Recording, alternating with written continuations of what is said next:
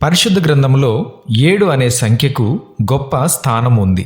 7 అనేది బైబిల్లో సంపూర్ణతను, పరిపూర్ణతను, ఆశీర్వాదమును సూచిస్తుంది. మొదటిగా ఆదికాండం 2వ అధ్యాయం 2వ వచనములో దేవుడు 6 దినాలలో సృష్టిని కలుగజేసి 7వ దినమున విశ్రమించెను అని రాయబడింది.